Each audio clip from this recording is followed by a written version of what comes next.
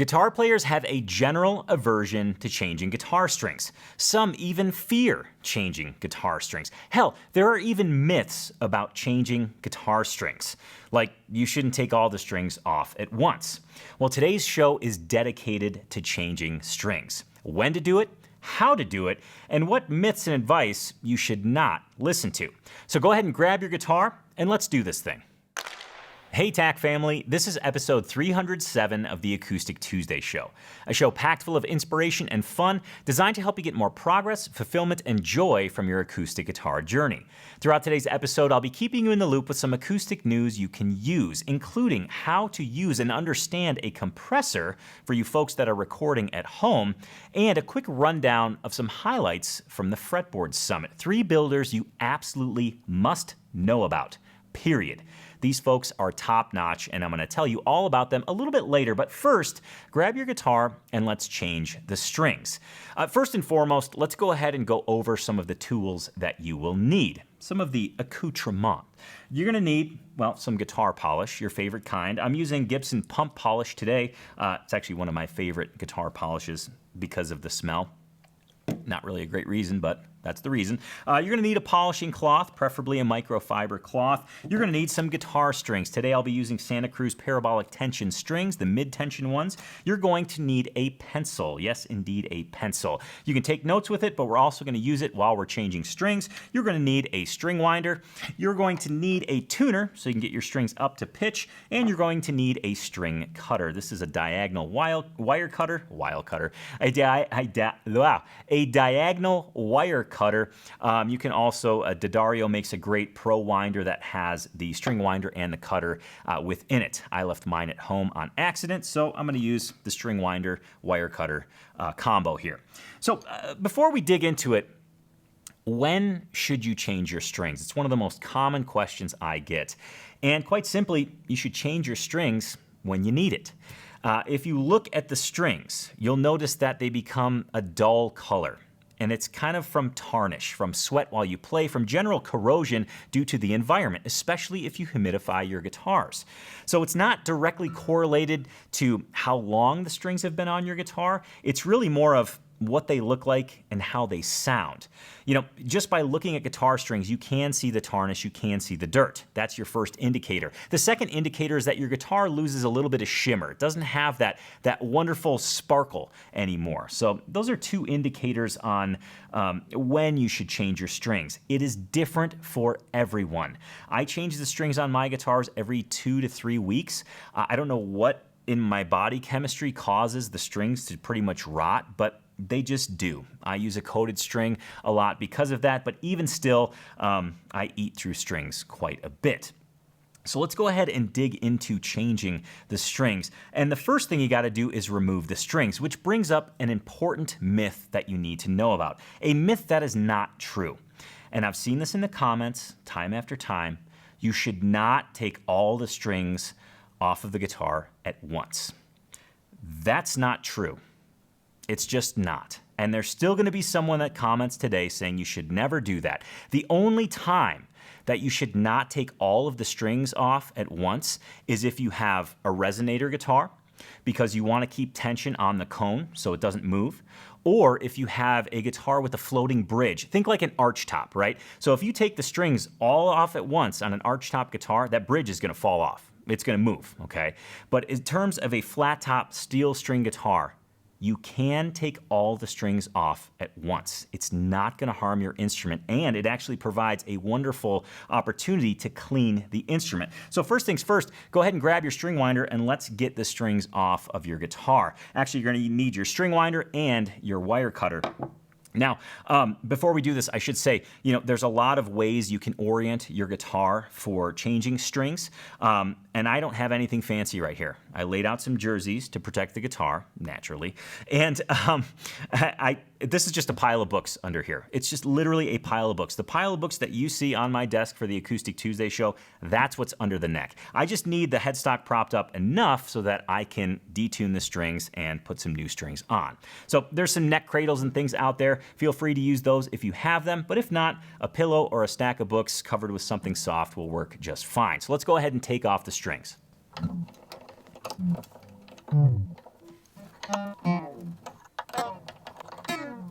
So now that I've detuned all the strings, they're slack, right? They sound like garbage because there's no tension on them. All I do is I take my wire cutter over the sound hole and I trim them, or I don't trim them, I cut them in half.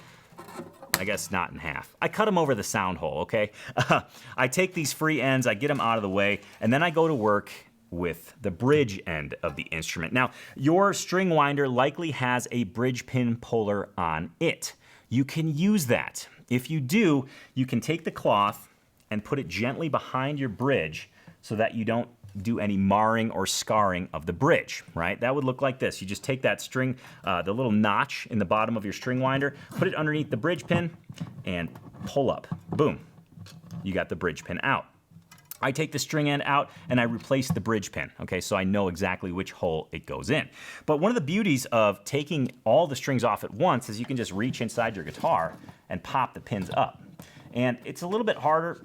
It's not necessarily the easiest thing to do while I'm sitting down, but it does provide that opportunity. Also, if you have to change the battery on your pickup, this is another opportunity to do that. So since I don't have great leverage while I'm sitting down, I'm gonna use the bridge pin puller and get all these strings out of here. This guitar has not been restrung in quite a while, so these bridge pins are kind of stuck. Now, if your bridge pin is stuck, don't continue pulling on it, okay? It's really important that you're gentle with the bridge pins. You don't want to break a bridge pin, and you don't want to damage the bridge of your guitar. So sometimes you might have to use some internal force by putting your hand in the sound hole and pushing up. In conjunction with the string winder, that's totally okay. Just be easy on it, okay? Don't use a fork, don't use a pliers. I've seen people use needle nose pliers for this before. Not an ideal outcome because you can actually harm the bridge pins. Now, granted, they're plastic and you can replace them, but why put yourself through the trouble? So that's the bridge end of the guitar. As far as the headstock end, all you have to do is unwind the strings. Now, I like to use what they call the luthier's knot on the end of the strings here at the headstock, and I'll show you how to do that today. There are other ways to do it that make getting the strings off the headstock a little bit easier. It's really different strokes for different folks, and that really brings up another myth in that you should only use, you shouldn't use the luthier knot at all. It weakens the string. I don't know. I've been doing this a long time. I've never had strings break. So I'm gonna continue to use the luthier knot. That's totally fine. If you don't wanna use the luthier knot, that's fine. If you don't know what the luthier knot is, you're in store for a real treat because I'm gonna show you. Now I did notice that my B string, I actually left a little piece on there. So make sure that the entirety of the string is off of your guitar, because if you go to restring it and there's still a little string end on it, well, that's not ideal. I just use the string cutter here and grab the end and get that little end off. Don't get this in the carpet. It sounds really bad when you go to vacuum, and if you step on it, it's not gonna feel good. It's not gonna feel good at all. So one of the reasons I like taking all the strings off at once is it gives you a great opportunity to polish the guitar in hard to reach areas, namely where the strings go over past the sound hole over the bridge and the headstock. You can see this headstock is really dusty. So I don't necessarily use polish on the headstock all that much. I just kind of wipe the dust off. Again, it gives you a great opportunity to get in there in places that are normally pretty difficult to get. So go ahead and do that. Also, it gives you a chance to tighten your tuner bushings if you need to do that. Make any adjustments to the tuner without string tension on them. It's kind of a nice opportunity to do some little maintenance. Plus, it gives you access to the full fingerboard. So if you need to oil your fingerboard, if you need to clean your fingerboard, it's a great opportunity to do so. I'm not gonna do that on this. It actually doesn't look that bad. There's not a lot of caked up stuff on here. You can see some wear, but overall, it looks pretty clean. I don't need to oil it. It looks pretty healthy. Same with the bridge. It gives you an opportunity, if you want to take out the bridge pins, oil your bridge. But I'm going to go ahead and just mist this a little bit with the Gibson pump polish, and I'll give it a quick little polish while we're doing this here on the show. And, as far as polish goes, there's a bunch of different kinds. I like the Music Nomad stuff. I think that's a great polish. Fender used to make this really wonderful, I think they called it Pro Polish, that I really liked. But all in all, what you want to make sure when you're polishing the guitar, I'm not going to do the back. I'm just going to do the top here because that's what we're focused on. But in terms of the opportunity, and rather not the opportunity, but in terms of how to do it, just make sure that your microfiber cloth is clean. The last thing you want is some little piece of dust or a piece of dirt or piece of something, some debris to be on the cloth, and then you actually end up scratching your guitar. Now, there's tiny surface scratches. That's fine. It's from picking. If you want to get rid of those, there's a product made by 3M called Imperial Hand Glaze. You can use that. Use it sparingly. I believe it has a very, very, very, very mild high grit abrasive in it. And I say abrasive because that's really what it is. I think it's like a buffing compound or kind of a final buff thing, and it's used for cars. But if you got tiny scratches, it'll usually take those out. If you're scared to use it, don't. Just use a basic polish. If you have a satin finished guitar, polishing really isn't your bag, because the more you polish it, the more it's actually going to shine up the finish. So if you want to polish your satin finished guitar, a dry microfiber cloth, a dry clean microfiber cloth would be fine. You can use maybe dampen it a little bit. Not necessary. Generally, satin finishes remain pretty scot-free because of the nature of them. So now that I have the guitar polished, go ahead and open the strings that you have chosen. Like I said, I'm using Santa Cruz parabolic tension strings. These are the mid-tension strings. And what I like to do is load the strings first. And you'll see why, because it has to do with the pencil. You'll see what I mean coming up here. And in terms of what I do to load the strings in the bridge, it's actually really important. So what I do is take the string out of the package. Obviously, you can't do anything with the string in the package. And unroll the string away from your eyes. If you're wearing glasses, it's great protection. These things can get a little bit snaggly, a little bit gnarly, and can fly out all over the place. I take the bridge pin out, and what I do is I take the ball end of the string. And all I do is I hold the ball end of the string against the bridge pin, and I put a little bit of a bend in the string, right? So it's kind of just crooked a little bit. Well, not necessarily 90 degrees, but I guess close now that I do it.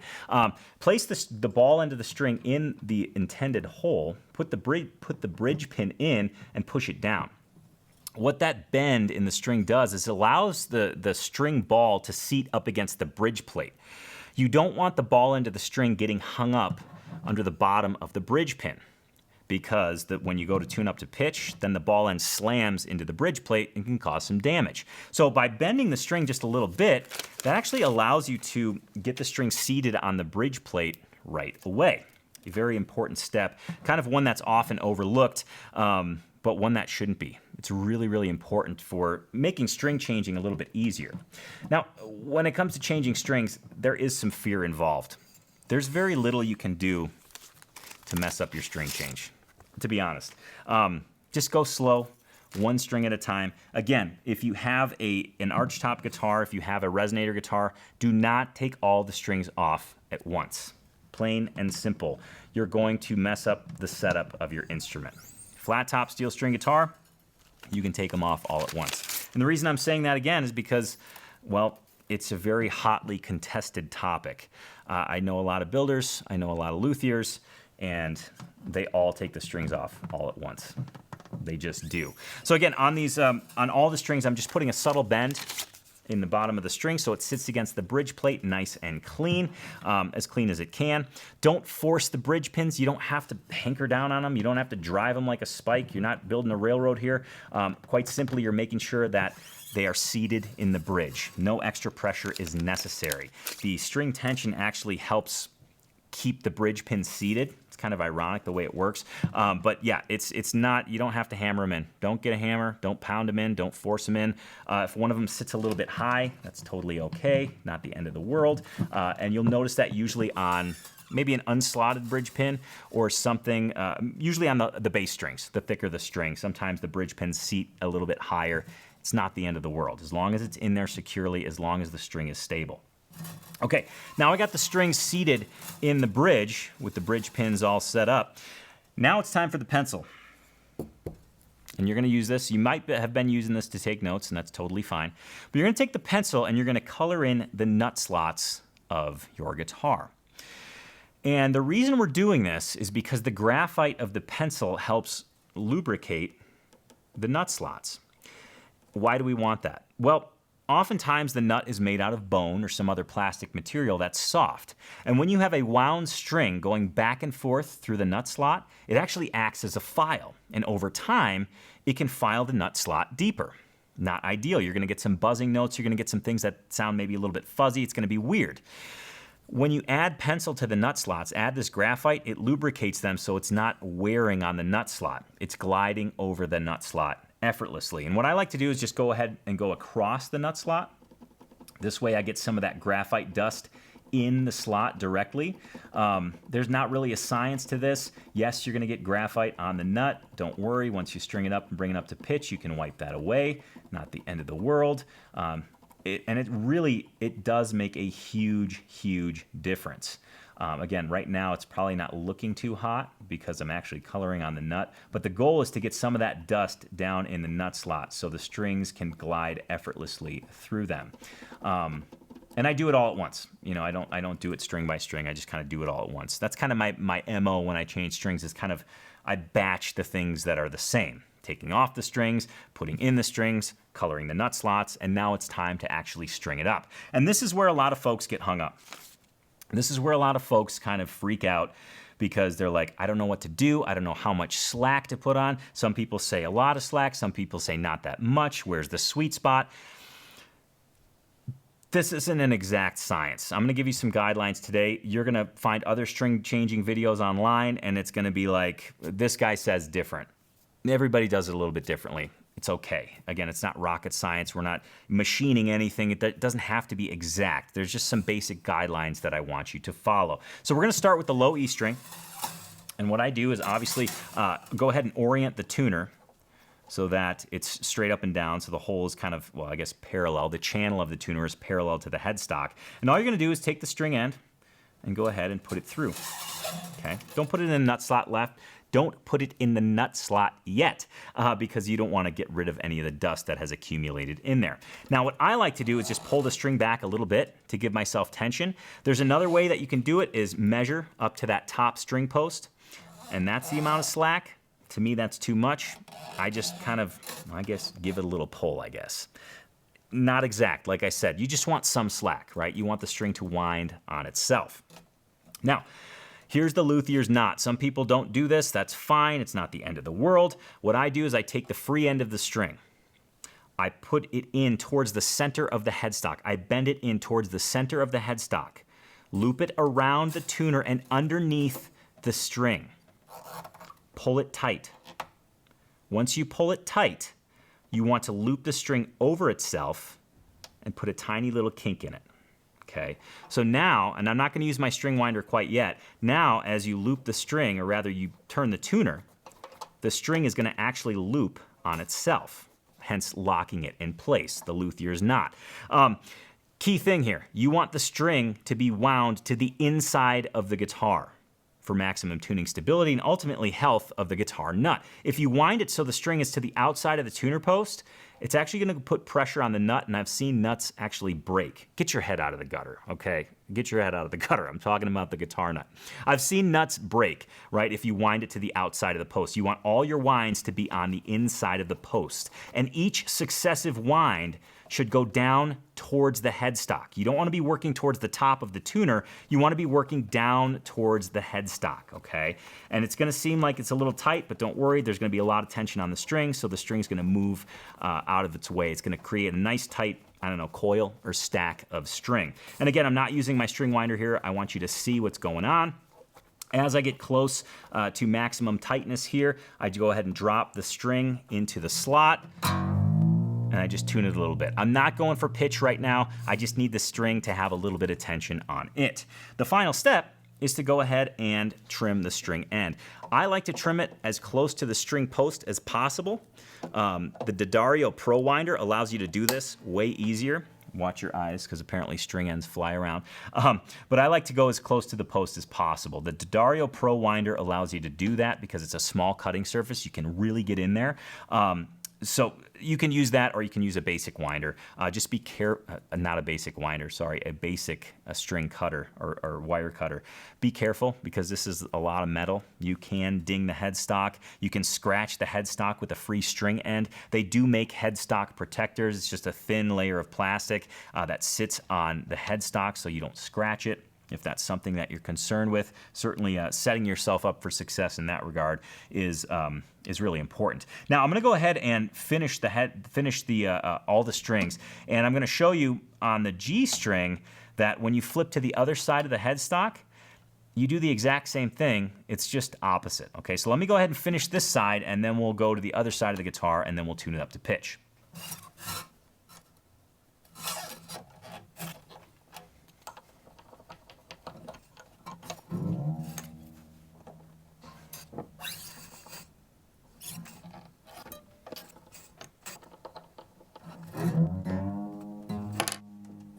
Okay, I've got the E, the A, and the D string all installed. They're not tuned to pitch, right? They're still way under pitch. That's totally fine. I just need enough tension on them to make sure they're seated in the nut slots, to make sure that I've got enough windings around the tuner posts. In terms of how many windings you need, 1 to 2. If you actually look at the headstock here, I've got actually almost 3 on the low E string. Not ideal, but again, not the end of the world. Now we're gonna move to the other side of the headstock. If you have a typical square headstock with 3 tuners on a side, you're gonna notice that, well, things look a little different on the other side of the headstock. So again, I'm gonna align the tuner post channel where the string goes through so that it's parallel with the headstock. I'm gonna take that G string and I'm gonna put it through the tuner post, and I'm gonna do the same exact thing, the same exact steps, but now they're just a little bit different. But if you remember, you want to take the free end of the string that goes through the tuner post, turn it towards the inside of the headstock, bend it towards the inside of the headstock, underneath the string, pull it tight, bend it over itself. Then it encourages you to make sure that as you tune the string, it's going to go to the inside of the headstock, like so, right? You want to make sure that the windings go to the inside of the headstock. Again, it's important for tuning stability. It's important for the health of the guitar nut. You don't want to put any undue stress on the nut of the guitar. Again, keep your mind out of the gutter. So again, I'm going to pull that tight and just make sure there's enough tension so that I can get in the nut slot there. And then I'm going to trim the string end. Same rules apply. Go ahead and trim it close to the tuner post. This way you don't have any free weird ends sticking out. Some folks say that you shouldn't trim it close to the tuner post. Some folks say that you should trim it way close to the tuner post. I guess it doesn't really matter. All I can say is that the more string slack the longer you leave the string end when you cut it, the more likelihood you are to snag it on something, and hopefully it's not your finger, because it hurts a lot. It's like getting your finger pricked for one of those tests you get at the doctor. So again, it's personal preference. I would say don't leave your string ends fully dangling. It's kind of crazy. It might look cool, but creates all this weird jangle. I don't know. I guess if you're into that, you can do that, but I certainly don't like that. I like it nice and tidy up on the headstock. So I'm going to go ahead and repeat that process for the B and the high E string, and then we'll tune it to pitch, and I'm going to go ahead and dispel yet another myth that's way too common that I don't want you to fall victim to. So I'm going to do this B and the E string, and then we'll talk about tuning to pitch.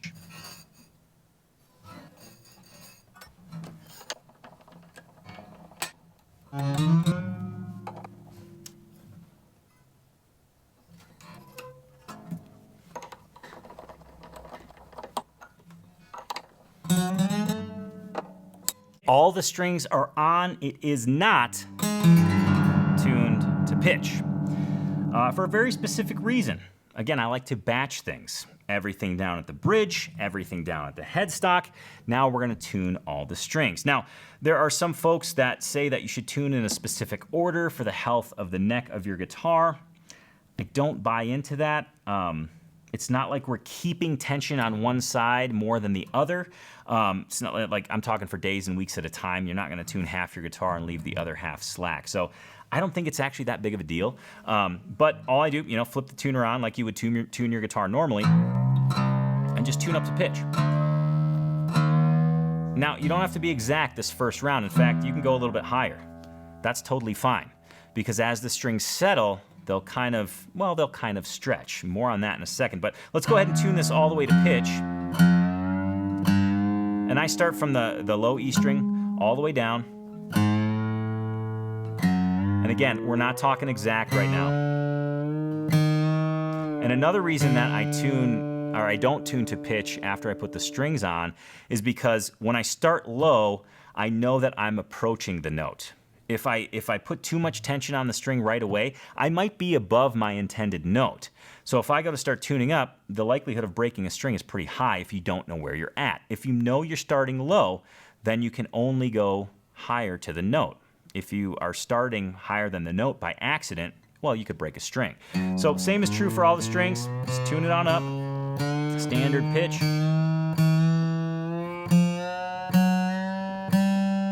If you don't know where you're at, reference another guitar. There's plenty of videos online that have people tuning by ear. It kind of gets you in the ballpark and lets you know, am I too high? Am I too low? Again, not exact.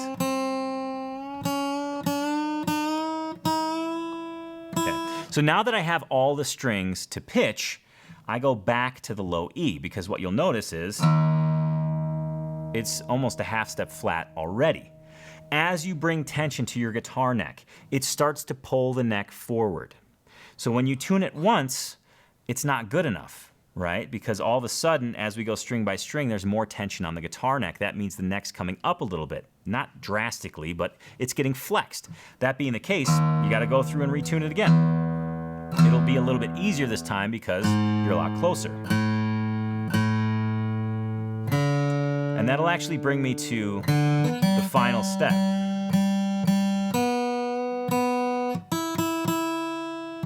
And that is stretching the strings.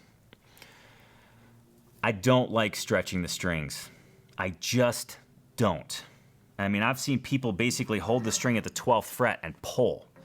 To me, that's unnatural. It's unnatural on the bridge plate. It's actually unnatural for the string. At no point in time when you play are you going to grab the string at the 12th fret and pull up, okay? So if you want to stretch the strings, that's fine. What I like to do is do it like I'm playing. Now, I'm obviously not in playing position right here, but all I'll do is I'll take, say, the string at the 5th or 7th fret, and I'll bend it like I would bend it while I'm playing, right? To me, that's a more natural way to stretch the string, but by no means do you have to grip it with your whole hand and pull it up. That could actually just be not healthy for your bridge plate, because it'll actually bury the ball end of the string in the bridge plate, and it'll start chewing on that bridge plate. So rather than wrenching on the strings, treat it like you're playing it. Do the string bending or stretching in a natural way. Just bend the notes.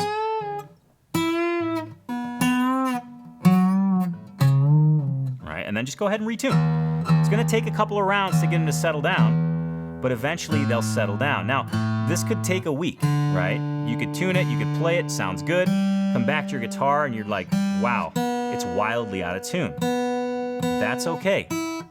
They're new strings. Temperatures fluctuate, humidity fluctuate. That all affects the in-tuneness of your strings. That being the case, every time you grab the guitar, tune it up. You may already know that, but for some of you that are changing your strings for the first time, for some of you that are new to the guitar, you might think, I tuned this guitar yesterday, it's out of tune already. What the heck? Well, if you just change your strings, there's a high likelihood that it's out of tune.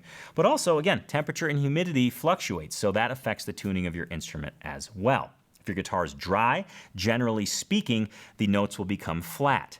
If your guitar is over-humidified, that means the top swells, that means your strings will likely be sharp in pitch. So just a couple of things to think about as you change your strings. I hope this helped you. This is an intimidating process. It feels like there's so much going on. Am I gonna do it right? Am I gonna do it wrong? Practice. Practice on your guitar. Practice on a guitar that maybe is a kid's guitar, something that's less expensive, until you get the nuances of doing it, until you get better at it, right? It's a learning process. Each time you do this, you will get better. So my advice to you is try your best not to be scared of it. Treat it as a learning process. It's not going to be perfect right off the bat. There are still times that I get it a little bit wrong, i.e., my low E tuner post right here. Too many string winds on that. But it's okay. It's just a process, right? So follow these steps, follow these tips, and like I said, I hope it helps. And do me a favor. If this video helped you, let me know in the comments below. And furthermore, if you find this video helpful and you know that somebody else is having a hard time changing their strings, please go ahead and share it with them. Okay, got to get rid of the guitar, and it's time for some acoustic news you can use. Now that I got the guitar out of the way, it's time for your first dose of acoustic news you can use. And this first thing is for all of you folks who record at home and you happen to have a compressor, whether that's a physical one or a digital one. You know, I've always been baffled at the controls of a compressor. Now this is ironic because I went to school for audio systems. We talked about compressors at length. And even to this day, the controls still baffle me. There are 4 basic controls: threshold, ratio, attack, and release. And I've always confused them, all of them, until I found this graphic. This graphic is instructions on how to operate the controls of a compressor, but they use layman's terms. The title of this graphic, Think Compressor as Your Mother.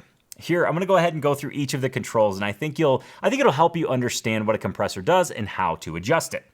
The threshold, the level she asks you to turn the music down. The ratio, how much you turn down the volume after she shouts at you. The attack, how fast you react after she shouts. And the release, how fast you turn the volume back as soon as she closes the door. Now it's time to grab your freshly restrung guitar and take a look and see what the TAC family is working on today. Every single week within Tony's Acoustic Challenge, the TAC family rotates through the 5 essential skills that help you learn songs fast. Monday is a technique challenge, Tuesdays a guitar lick challenge, Wednesdays an improvisation challenge, Thursdays is a rhythm guitar challenge, and Fridays is a chord transition challenge. And this week is really interesting because the TAC family is looking directly at Mississippi John Hurt through that lens of the 5 essential skills. So each day is focused on technique, guitar lick, improvisation, rhythm guitar, chord transitions, as I mentioned, but through the lens of Mississippi John Hurt. So as opposed to me redoing the lesson for the show, I thought it'd be really fun to help you and actually show you the actual lesson, because we put a lot of time and effort into this lesson, and that's not necessarily the reason why I'm showing you. I just think it's a really cool perspective on Mississippi John Hurt, and we did things a little bit differently. So here it is. Today's lick embodies Mississippi John Hurt. From the alternating thumb to the hammer-ons into the downbeat to the overall bouncy feel and even some friendly dissonance. Yes, we're gonna be adding the 6th degree to a G chord. So we're gonna be adding an E note to a G chord to give it this kind of, well, like I said, friendly dissonance. And I think you'll recognize this lick because it's from the tune Spike Driver Blues, a very popular Mississippi John Hurt tune, which he played in a number of different ways, and this lick is pulled from a great variation that I found that kind of, well, gives it a little bit of blues kick in the pants, I should say. So let's start with the lick. Now, the cool thing is this is based out of a chord position. All you're gonna do is hold down a G chord. Pinky on the 3rd fret of the high E, ring finger 3rd fret of the low E, middle finger 2nd fret of the A. Nice friendly finger picking G chord shape. Now for the first measure, all you're gonna be doing is channeling Mississippi John Hurt's thumb. Your thumb's gonna bounce from the low E to the D string. And I want you to just play this along with me. I'm gonna count with it. We're looking for nice, steady tone and a nice kind of almost, dare I say, machine-like thumb. Here goes nothing. We're gonna go low E to the D, low E to the D. 1, 2, 3, 4. That's the entire first measure, and what I want you to do with your thumb is not necessarily be reaching for the strings. Don't feel like you're pushing a button. Let the weight of your thumb fall through the string, and that'll give you a nice, clean, and even tone. It's actually a really great exercise as well. So that's measure number 1. We're gonna continue that alternating thumb through measure 2. In fact, the majority of the first half of measure 2. The 1 beat is there on the low E, the 2 beat is there on the D. We go back to the 3 beat on the low E, and here's where things get interesting. We're gonna hit the open G string with our index finger on the and of 3 and hammer on into the 3rd fret of the G string on the 4 beat. Like so. That's that friendly dissonance I was referring to earlier, right? So we go 1, 2, 3, and 4. Okay, just worry about this hammer on right now. I know there's more on the tablature, but I just want you to get this crucial hammer on, this crucial piece, because we're gonna add a little bit more onto it here in a little bit. So I'll go through that one more time. We go 1, 2, 3, and 4. All right, so we're hammering on, we're actually connecting with the string on the hammer on the 4 beat. But that's not all that's happening on the 4 beat. Once we do that hammer on, or I should say as we do that hammer-on, the thumb drops to the D string, the middle finger grabs the open B and does a pinch on the 4 beat, right? So we go, and that's even a way you can practice it, right? So we go two, let me get the count right. It's 1, 2, 3, and 4. I'll do that one more time. 1, 2, 3, and 4. So as that hammer-on comes down, you're pinching the D and the B string, okay? And then on the and of 4, we're gonna take the index finger and hit that G string held down to the 3rd fret one more time. All right, so I'll do that whole measure too. I'll count along with it, and I'll do it pretty slow because it feels like there's a lot going on. We just gotta get the mechanics right. There's actually not that much happening. It's all about mechanics and timing. So here we go. 1, 2, 3, and 4, and. Okay, I'll repeat that one more time. 1, 2, 3, and 4, and. Now we're not done with this kind of dissonance, this almost uncomfortable feeling, because measure 3 has us pinching the D and the open B string one more time. On the and of 1, we hit the open G, so make sure to lift your pinky off, and then we go ahead and hit our thumb on that 2nd fret of the D string. So you're gonna take your middle finger from the A, move it down to the 2nd fret of the D, and your thumb hits that on the 2 beat. So if we just go through the 2 beat on measure 3, it's gonna sound like this. We're gonna pinch the D and the B, index finger hits the open G, thumb hits that 2nd fret of the D string. All right, so it's 1 and 2, 1 and 2. Thumb goes back up to the low E for the 3 beat, and then we get another kind of, we'll call it a compound hammer-on. Our index finger is gonna hit the open G, hammer on into the 3rd fret again as our thumb comes down and grabs the D string, like so. All right, so another piece of friendly dissonance. So let's go ahead and take measure 3. I'll count along with you. It's gonna go 1 and 2, 3 and 4. I'll do that one more time. 1, let me start here on the pinch. 1 and 2, 3 and 4. Okay. So now let's go back and play through what we know so far, starting at measure 1, going all the way through measure 3. I'll count along with you, and we'll go nice and slow so that you can kind of get the nuance of this lick. Here goes nothing. 1, 2, 3, 4, 1, 2, 3, and 4, and 1, and 2, 3, and 4. Okay, and it's okay if you have to repeat that first section a number of times, because those hammer-ons into the downbeat are a signature piece of Mississippi John Hurt style. They're extremely effective, but somehow, I know when I was first learning it, my brain confused the hammer-on and the downbeat. I wanted to treat them separate. They're actually the same.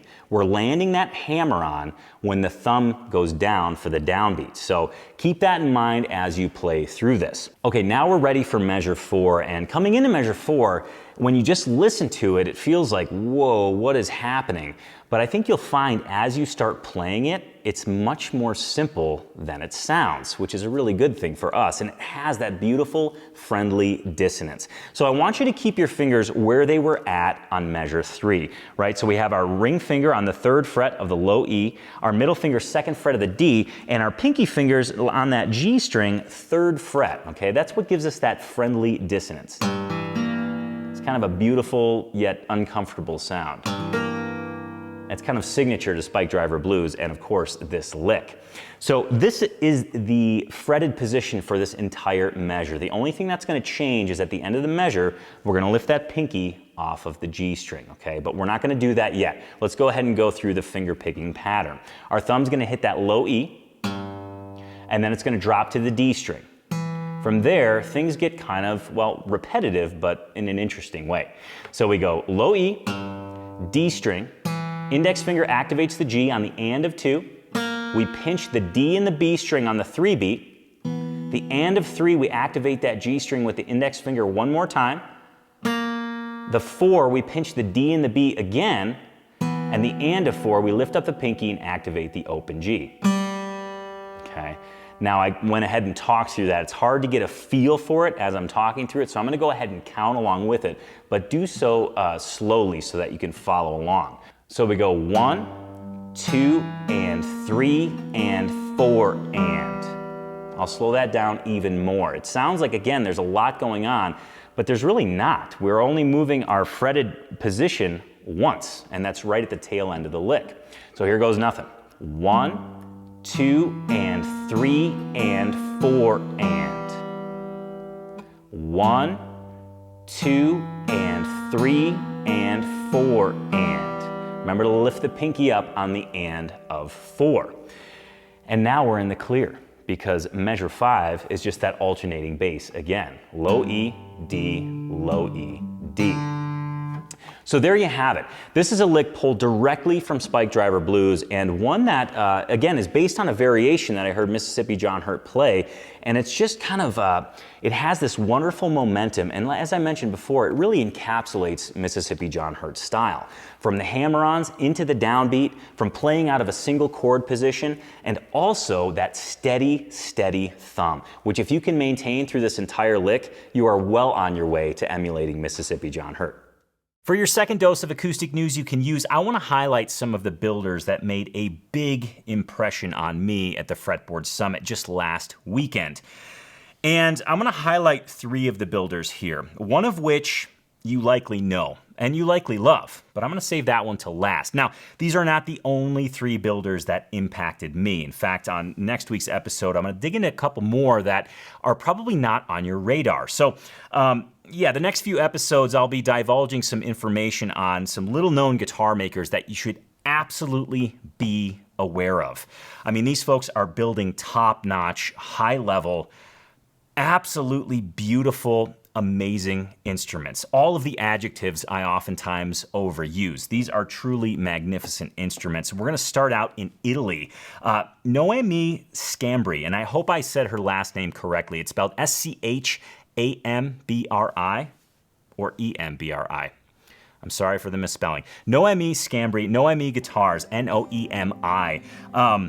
I spent probably about an hour with one of the OM guitars she brought, and it had an enormous impact on me, both in sound and in looks. This guitar was responsive, it was lush, it had these wonderful supportive overtones, it had clarity, it was well balanced, it played incredibly well. I found it to be like hand in glove kind of playing, where I just felt effortless. This guitar, like I said, it had an enormous impact on me, and I wanted to feature this one first because it's probably the guitar that I spent the most time with. And in terms of visually, the aesthetic was drop dead gorgeous. Very classy, really interesting lines, really clean lines. From the bridge design to the way the cutaway interacted with kind of the sound hole motif. Very subtle things, but really clean and classy and beautiful. Even just some subtle rounding of the headstock edges that caught the light, and just I can't say enough good things about her guitars. Had a great chat with her. Huge thanks to Isaac Jang for making the introduction. So I wanted to listen to a few of her guitars here on the show so you can kind of get a sense of how really beautiful and lush they are, and how responsive and powerful they can be. And we're going to actually start out with the smallest guitar that she makes, the Noemi Parlor guitar. This is a small guitar, but by no means is it small in tone. By no means is it small in volume. Let's go ahead and listen to this Parlor guitar by Noemi Scambri.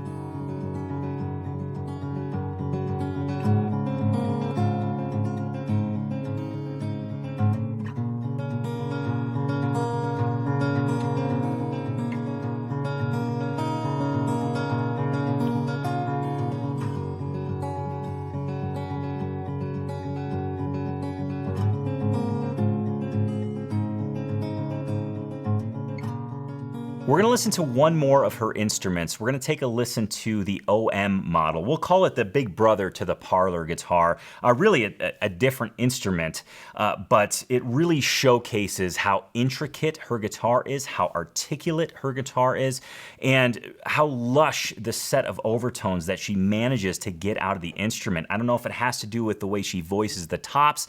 I don't know if it has to do with how she braces them. I don't know what it has to do with, but it is pure magic. This is an OM guitar that she made that has Brazilian rosewood back and sides and an Italian spruce top. Just lush and beautiful. This particular playing sample is brought to you by Dream Guitars, so let's go ahead and give it a listen.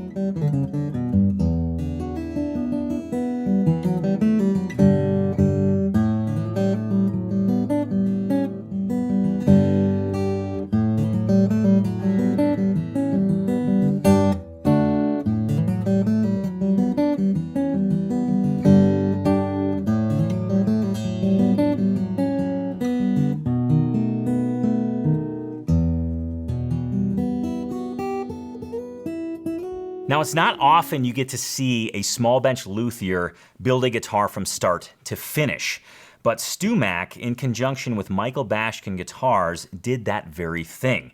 They documented a guitar from literal blocks of wood to end product. This video is about an hour and a half, and I'm gonna show you just a small piece of it here today. But first I wanna talk a little bit about this guitar, because Michael Bashkin is the second builder at the Fretboard Summit that knocked my socks off. I'm talking socks were knocked off through the wall. The guitar that he made in this video was on display at the Fretboard Summit. I got to play it. I got to take it to a private room and play this instrument. Again, Isaac Jang, thank you for the introduction to this wonderful guitar. This guitar was, you barely had to touch the strings. It freely offered sound. I believe the back and sides are Pau Ferro. I believe the top was some sort of alpine spruce. I'm not entirely sure, so I shouldn't actually just shout out what the top may or may not be. It doesn't matter, because this guitar was powerful, but also delicate. Wonderful balance that he achieved, and I could not believe how light of a touch you could bring to this guitar and how much sound it was pushing. And I'm not just talking volume, I'm talking tone and just beautiful round notes that were intricate in and of themselves, but very supportive when you would play chords. A wonderful instrument. You're going to see it being built here in just a small clip from this video. Again, this video is about an hour and a half, and if you have the time, please check out this video. Pull it up on a Sunday night, grab a beverage, and just sit back and enjoy the process. Let's look at a small clip from that video right now. If a guitar top had no braces on it, then either you would have to make the top so thick that the guitar wouldn't sound very good, or if you did thin it out, then the top would just completely disintegrate and fly apart. So the braces perform several functions. One is to add structural integrity to the top so that it can withstand the tension of the strings for decades, and hopefully longer. But it also just distributes the stresses and the vibration that's going on in the top in different ways. So different bracing patterns will sound different to a certain extent, so that's something that most guitar makers will pay careful attention to. There are other bracing patterns like radial bracing, lattice bracing, and all of these patterns work. They all have a little bit of a different balance, a little bit of a different EQ. And in my opinion, an underbraced or even a lightly braced top, it's a fine line. You don't want to go too far, because there's a point at which too much information can be introduced into the guitar top, and it might not be the sound that you're after. I'm fitting the sound hole braces, and I use a different species of spruce, one that is much stiffer than the Engelmann spruce. This is Sitka spruce, and I'm using these braces around the sound hole because I do want more support.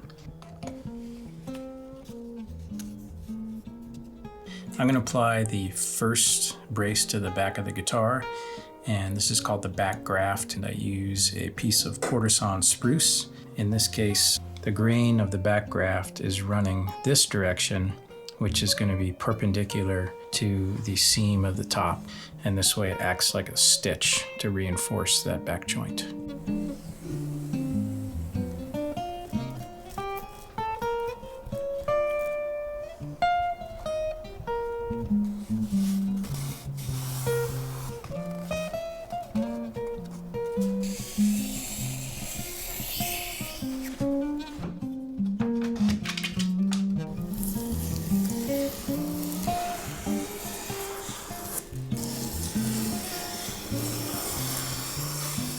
And the last builder I want to highlight from the Fretboard Summit is Collings Guitars. Now, I have not mentioned Collings all too much on the Acoustic Tuesday show. And that's quite simply because I don't necessarily have a lot of experience with their instruments. And that's not necessarily by choice, it's just kind of by happenstance. You know, most of the stores that I have worked for were not Collings dealers. So any encounter I had with the Collings guitar was generally a used instrument. I've always been impressed. I've always been impressed by the sound. I've always been impressed by the fit and finish. I mean, these guitars are like pin neat. I think I just made up that phrase. Anyways, doesn't matter. But I had a chance to spend some time with Steve and Nully from the Collings crew at the Fretboard Summit, and I was mainly targeting their dreadnought instruments. I played a mahogany dread. I played a rosewood dread. Whoa, baby, we're talking hot rods here. We're talking guitars that have been strung up for maybe a week, that have tons of character, tons of volume, tons of wonderful tone to offer. And these are new instruments that will only get better with age. And the reason I know that is because I had a chance to hang out with Bob Minner. It was great. It was like two old friends coming together. It was so great to meet Bob, have a chat with him, share some laughs. But he brought his Collings Dread, and it was a year old. Oh my God. Oh my God. Oh my God. OMG, as the hip kids say. This guitar was, you don't want to talk about a hot rod. I mean, this guitar had, you know, all the things, you know, think of a car and all the things you would do to make it perform better. I think it's true for this. What am I even saying? What kind of parallel am I drawing here? You know, you get a souped up car, a hot rod. This was the guitar equivalent of that. That was a way easier way to say that. This guitar knocked my socks off. The Bastion guitar knocked my socks off in a different way. I'm talking traditional bluegrass dreadnought here. This guitar had it. It had the mojo. It had the power. Holy smokes. So I just want to take a second and listen to Bob play a Collings guitar.